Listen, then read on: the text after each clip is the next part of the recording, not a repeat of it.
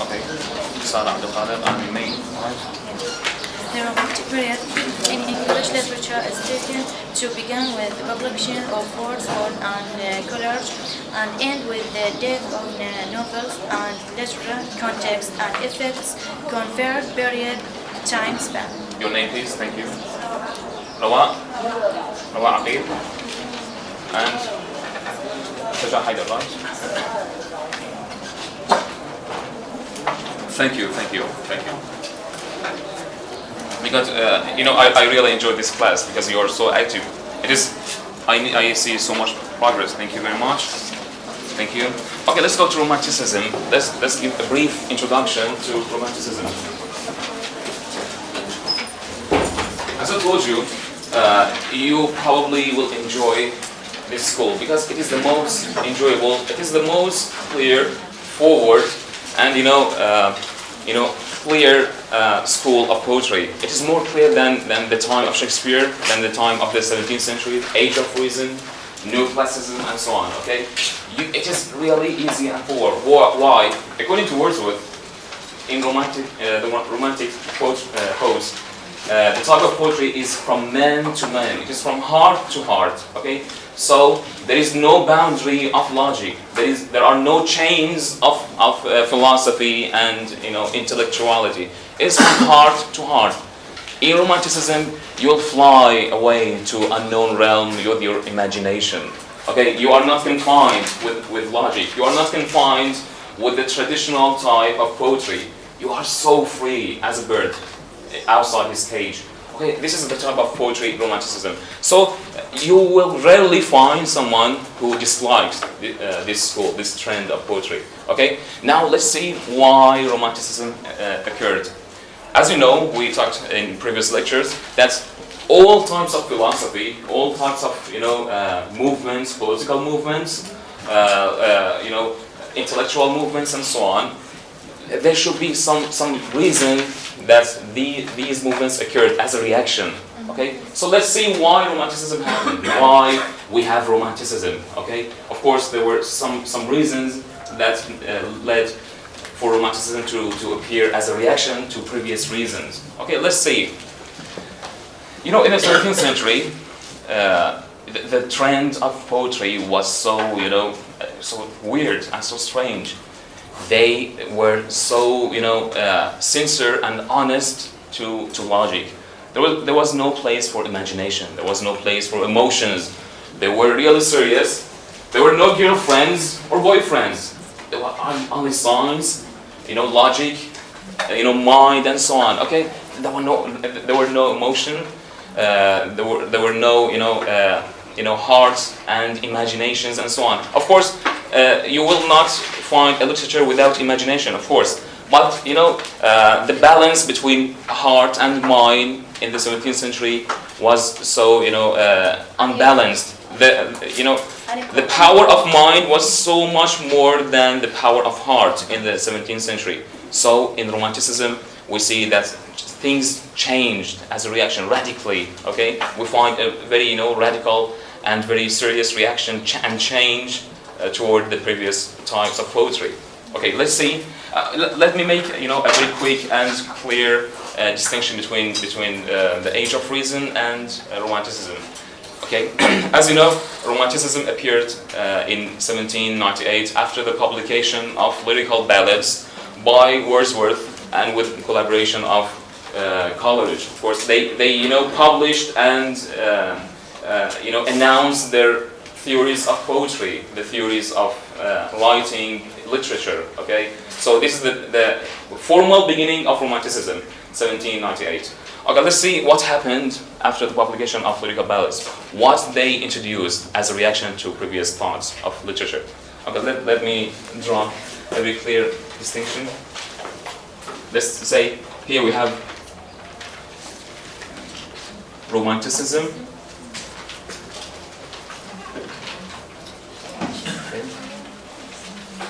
And we have here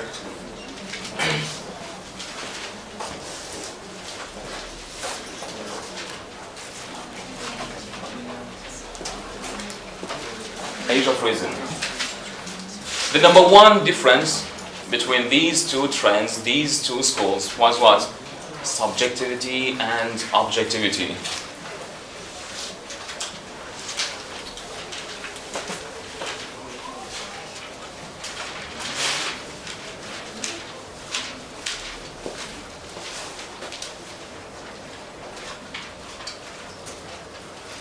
Look, this point is really clear if you want to make a difference between this period and the previous period.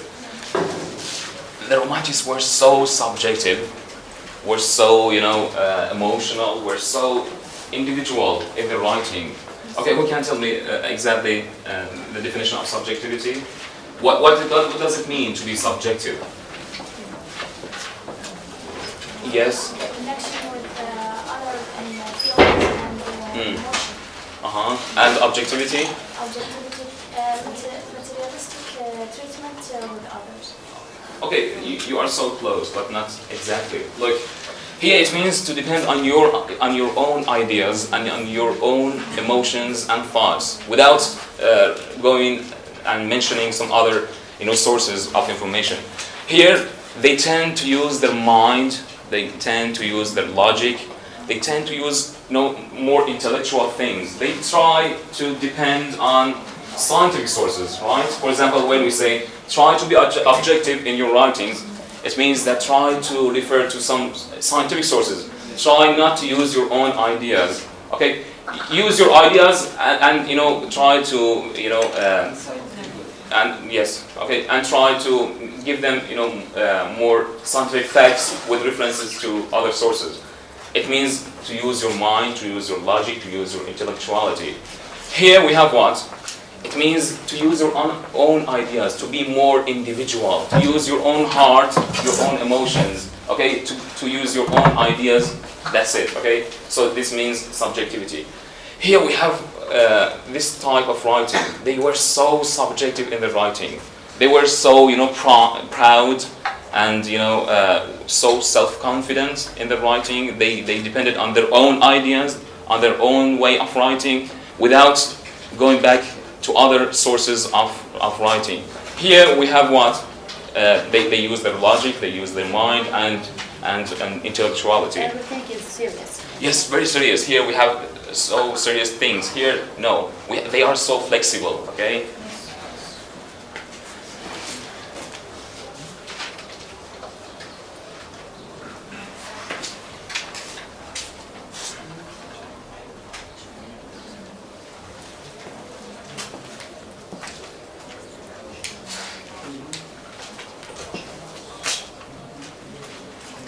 Here we have change, stability.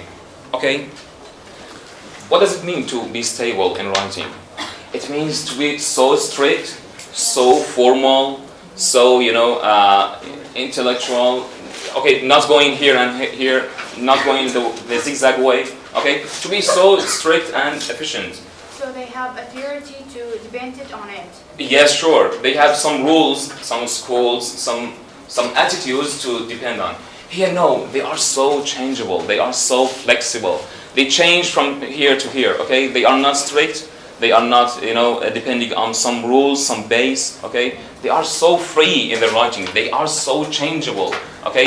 They do not have a strict line to move on, okay? They change from here and here. They are inventing things, okay? They are creator of writing. Here, they are so stable, so strict, so expectable. You can expect what is the end of the story here. Here, no. It is so changing. You cannot expect what's the end of the story, okay?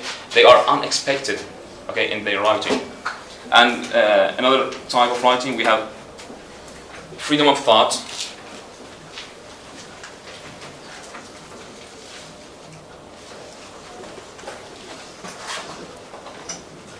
Here we have freedom of thought.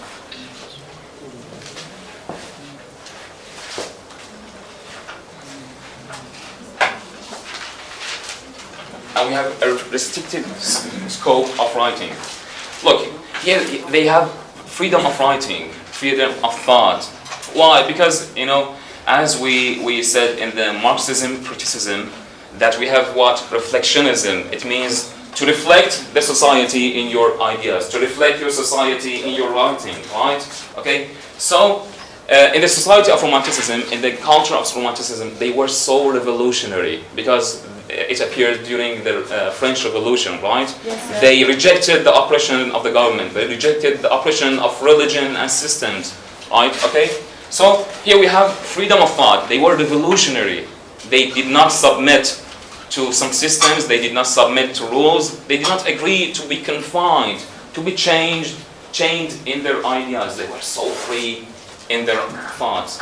Here, no, they are so restricted. They respect the tradition. They respect the rules. They respect the system of literature, the systems of poetry. They admit this type of writing. Okay, they were so honest to their ancestors of writing. They were so traditional in their writing. So they were restricted. They did not have freedom of thought like the Romantic writers. So again, restricted. It means to be confined, to be limited in their ideas. Okay, they respected the rules. They respected the tradition of writing. Okay, they were not as free as the Romantic poets. Okay. Another important point, we have what?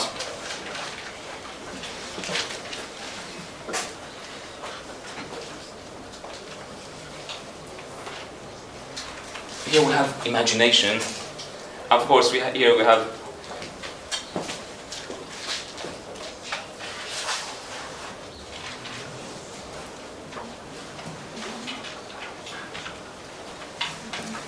imagination. As we said in the introduction of this lecture, that literature should have imagination.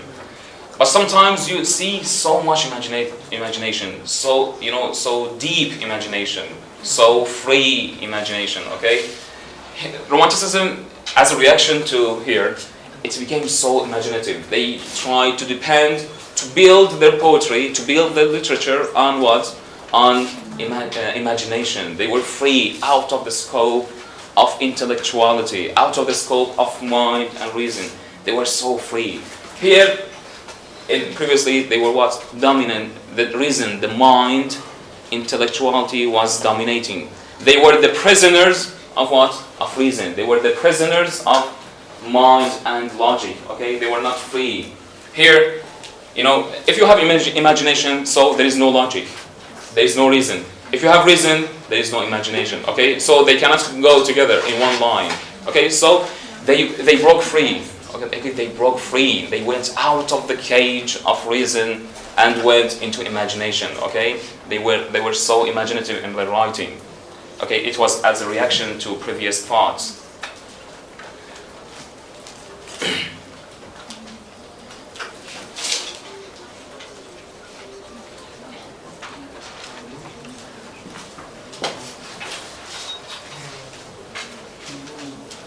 Here we have symbolism. It occurred as what? As a reaction to clarity. In the age of reason, they were so, they tried to be clear in their philosophy, they tried to be clear in their reason, they tried to be clear in their ideas, okay? As a reaction here we find what? They tend to use symbolism.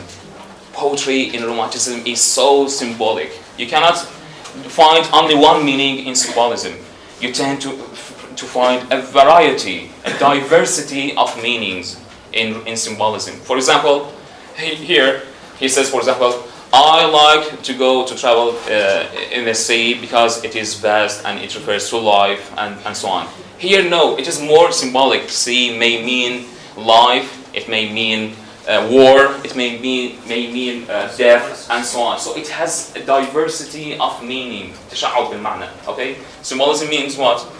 تشعب بالمعنى يعني ما تقدر توقف على معنى محدد. Okay? So it means what? It is so symbolic. It has diversity. Okay? It has so many different meanings in symbolism. Here they tend to be so clear. They try to not to depend to build their poetry on symbolism so much. Okay?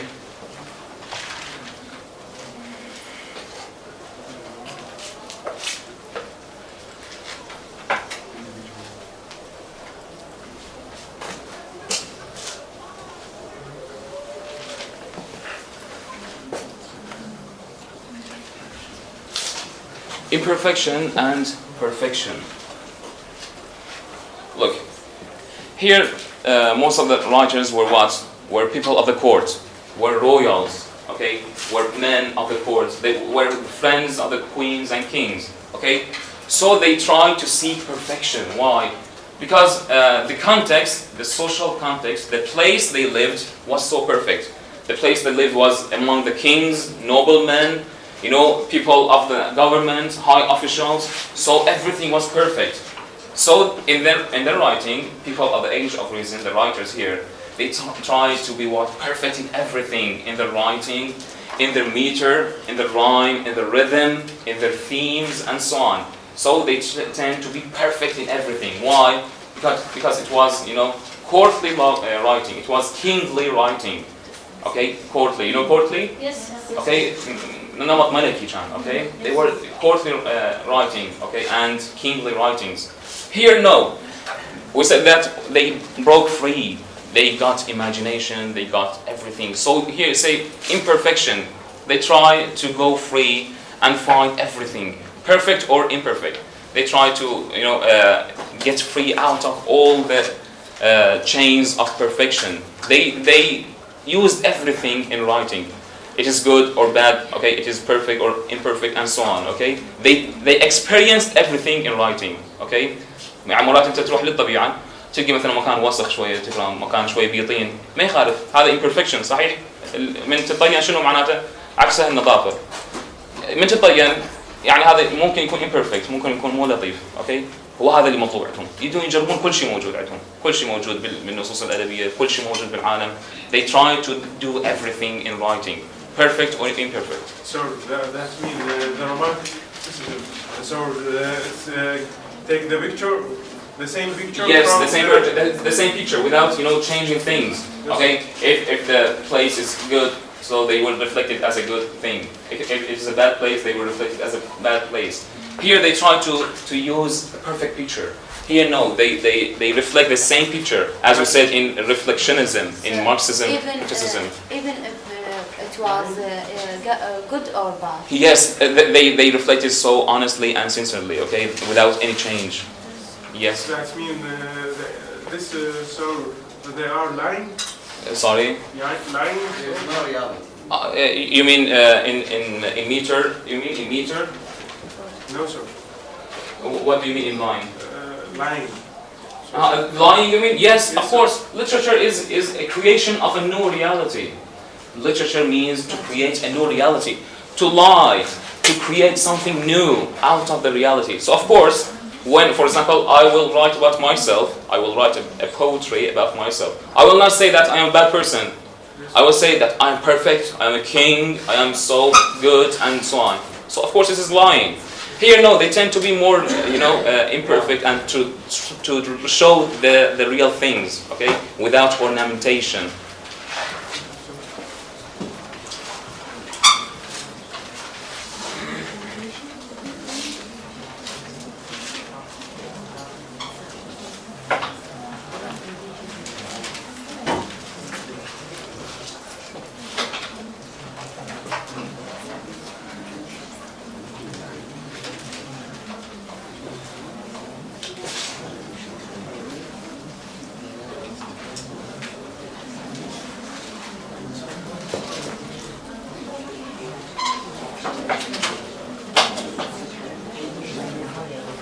Okay, previously in the age of reason, we had respect for rules and traditions.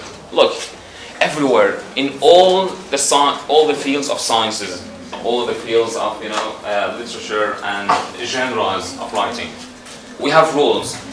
In poetry, we have also rules. We have some rules from Aristotle created, Plato, Philip Sidney, okay, Marlowe, maybe Shakespeare.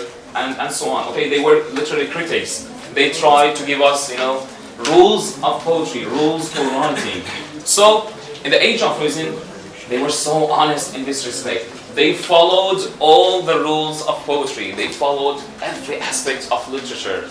They were so honest in this aspect. Okay, so they did not create anything. They did not invent some rules. They followed the rules. They imitate? Yes, they imitated. They imitated the traditions. They imitated the ancestors. Can you read this? respect of rules and traditions. Okay, respect of rules and traditions. So they followed all the rules of literature. Here, no, we have rejection of rules. They did not agree with their previous writers. They did not agree with the rules of writing. They said, no, I am not confined to rules. I will not follow the rules of my, ancestors. I will create my own rules. Okay, so they rejected the rules. They rejected meter. They rejected rhyme. They rejected, literary traditions. They rejected the way of writing, the way of imagination previously was used. So they rejected all the literary rules. They created their own rules of writing.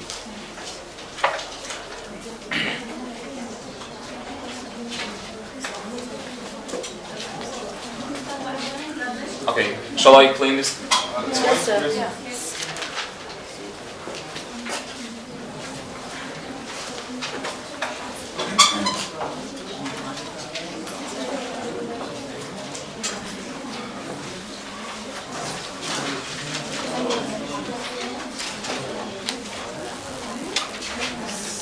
Look, here they tend to be what? More experimental. They try to use real things. They try to be used to do what? To be realistic. Okay? They try to imitate real things. Okay? So they use worldly things, the things that are around us. Okay? In Romanticism, we have a great use, a heavy use of mythology. You know mythology? Asatir, right? They use so much mythologies in their writing. They try to imitate the mythologies of the Greeks and the Romans. Okay, for example, we have in Blake. They try to imitate the mythologies of the Bible. For example, heaven and hell, the story of Satan, the story of Adam and Eve, the fall from the Garden of Eden, and so on. So they love to imitate mythologies. They love to create mythologies. For example, Blake is a great mythologian. He created his own mythologies. He created his own myths and stories. Okay, so they loved to use mythologies. Of course, not all the romantic poets. We have Blake. He is so famous in this respect. We have Byron. We have Shelley, and so on. Okay, but Wordsworth, no, he rejected this type of writing. Okay. So why we have this huge difference between these two? Of course, because it became so boring. It was so boring that, okay, rules, traditions, okay, stability, and so on. Okay, it was so boring. Okay, I think we all hate to follow rules, right? Do you like rules? No. Okay, of course, we like to break out of rules. We love to be free. Okay, here they were so, admiring the rules. Here they got bored. Okay, they created a very radical, a very great reaction to previous typing, to previous writings. They didn't follow rules. They followed their heart. They followed their imagination. They invented rules, their own rules. Okay. Because they were ruled by the church. Of course, church, government, culture, and other aspects of life. Okay. So there were so many types of rules. Okay, many rules. Here they did not submit to rules. They created their own rules.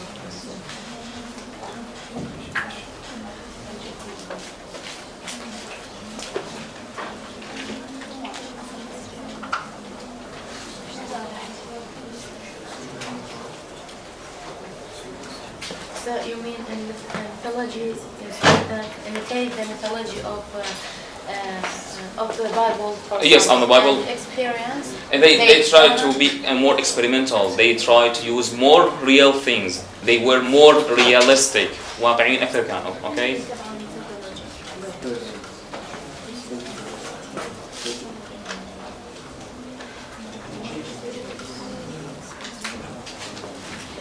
Of course, and this is one of the most clear points in Romanticism: simplicity.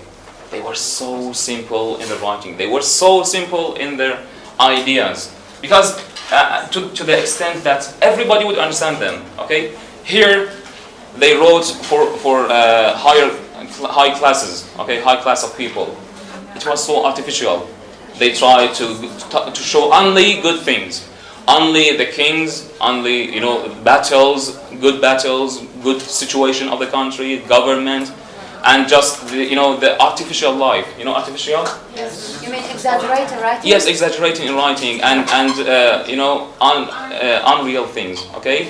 Here, no, they were so simple. They wrote for simple people. They wrote for lower classes. Okay, that everybody would understand this type of poetry.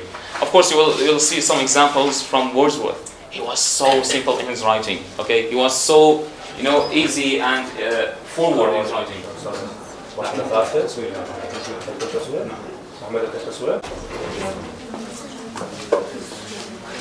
Okay. So we have here artificiality, and here we have simplicity. We have here simplicity. Everything is simple. Everything is straightforward. You mean in age of reason, make something simple to something unique? Yes. For example, kings were not good people. Kings were oppressors and tyrants. But here they show the kings as they are angels, as they are gods on earth. Okay, they were so artificial. Here, no, they were simple. They tried to reflect the same things, okay, as it is in their real life. Okay, they did not create things. Okay, they did not ornamentated things. They were so simple. Simple images, simple nature, simple poetry, simple style of writing. That everybody would understand this type of writing. Okay, it was so beautiful. Of course, you will see some examples of such type of writing in this course. And of course, we have other minor points. For example, we have in Romanticism we have Orientalism. Okay, they love to imitate the East. They like to imitate the East. For example, they like to imitate Iraq, Baghdad. Okay, this type of story, 1001 Nights stories. Okay, they like to read these. They like to imitate these types of writing. Here, no way, they were so Eurocentric. يعني محبين للمركزية السلطة اللي موجودة في إنجلترا. They were some type racist. Okay, here no, they loved the East. They loved Sufism. You know Sufism? Sophia. They liked Sufism and so on. Okay. Of course, these points are not all in all the posts of Romanticism. We have some exceptions, but this is the general scope of characteristics among the writers of Romanticism. Okay. Let's, for example, take some examples from the works of William Blake. Okay. Let's analyze William Blake according to these points. And according to what Marxism, criticism, right? If you remember, okay. For example, let's try to analyze the lamb and the tiger. Shall I clean the board? Yes, sir.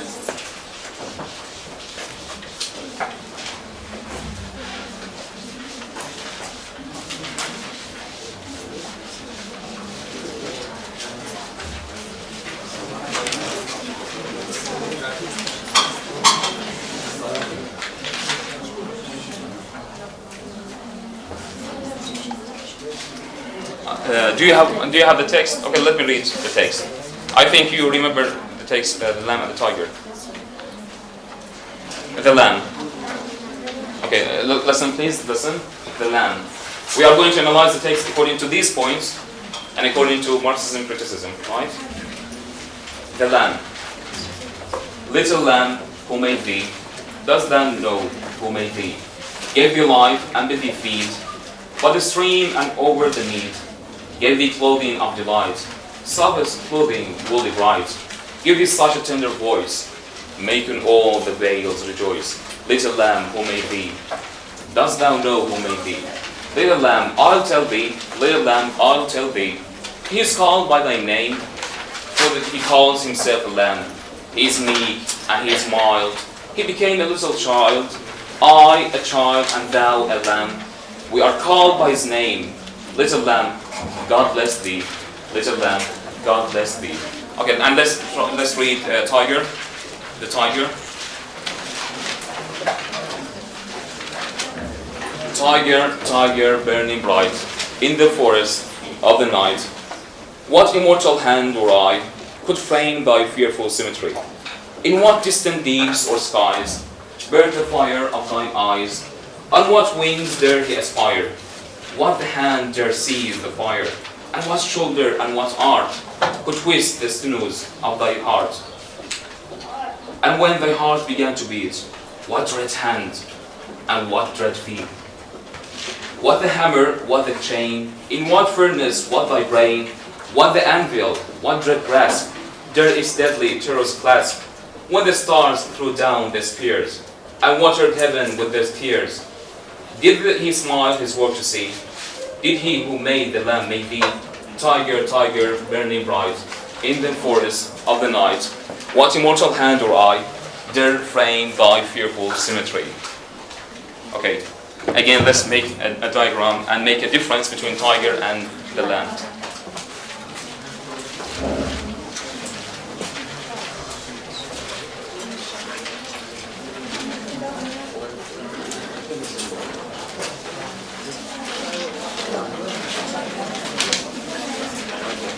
Okay, in the beginning, according to Marxism criticism, let's find the political and the economical places and differences between the two, right? Okay, what do you expect? What is the policy? What is the political points in this place? What is the economical points in this place? So the iron, the tiger is so heavy and strong. The lamb is moving and simple. So it refers to what? To the society. What type of society? The symbology.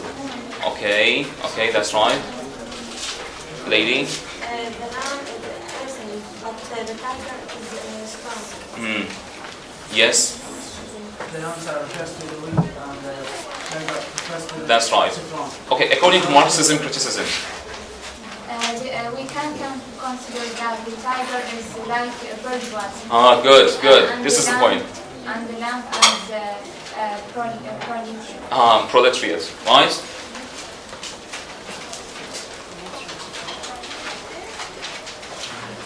Here we have the proletariat. Okay, what is the proletariat?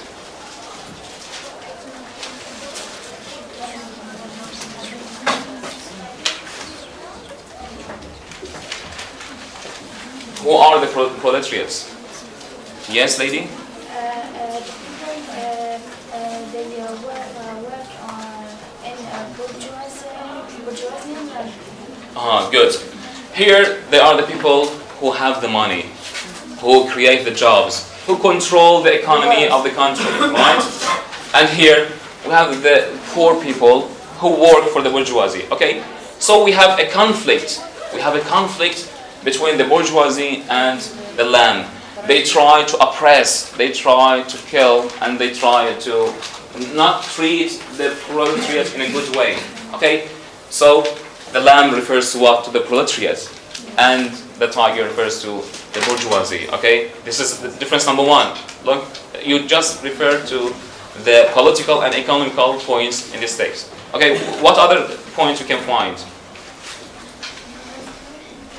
Good, very good, thank you. Okay, can you, explain this point? The society make a differences between people.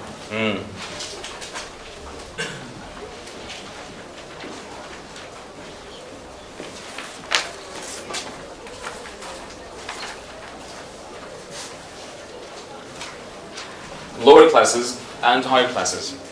Yeah, we see the lower classes people of the society. We see, the normal people who do not have money, do not have food, and do not have the good means to live a good life.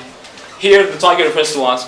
To higher class people. They try to always oppress the lower class. Okay, they try to, not treat them in a good way. Okay, they try to be so oppressive toward the lamb, toward the lower classes. Okay, and of course it is like the tiger. They try to kill always. They try to kill economically. They try to kill socially and culturally. And they are the oppressor. They always get killed, right? They always get killed. They always get oppressed, and so on. Okay, what other points can you find?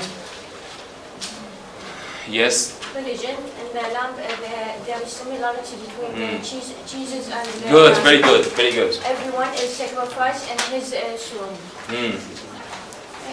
Jesus, and here we have what? God. No. Satan. Satan. And power. Satan. Okay, and of course, we have other interpretation of God. But in as a forward and as a very clear interpretation, we may find the Lamb as Jesus Christ, and here we find Satan. According to Christian mythologies, the Lamb refers to what? To Jesus Christ. Okay, some religious people, they hang the picture of a lamb in their rooms because it refers to Jesus Christ. And on the other side, you have Satan. Yes. So Jesus said himself, "I am the Lamb of God." But Good. can we refer without Jesus and Satan? Can we say good and evil? Of course, good and evil. Jesus means, according to religious people, Jesus means, it means goodness. It means purity. It means heavens and good things. Of course, Satan on the other side, it means hell. It means bad things. It means oppression and so on, and tyranny. So we have a conflict between Satan and Jesus. We have a conflict between good things and bad things. We have a conflict between darkness and what, and illumination and light. So, in the tiger, we have individualism. Sorry? Very good individualism. That you gain your money by fighting with the people. Yes, sure. Yes, that's right. Yes, very good. So you try always to dominate the life of the poor people. You try to get their money. You try to oppress them financially. You try to treat them in a bad way economically, of course. Thank you very much. A good point. So this is a very simple. Yes. Do you have an addition? So the difference in words, using the words. Here we have a terrifying word, a harsh word. Yes. Here we have simple and Yes, very good. Stylistically, yes, this is from a stylistic point of view. Thank you. Stylistically, you find here a very simple style, a very pure, a very clear style of writing. Here, no, you find experience, complication, complexity. Okay, because we have experience, of course. Thank you very much. This is a very small example about what we got. Okay, and later on we will focus on these points more, of course. Thank you very much.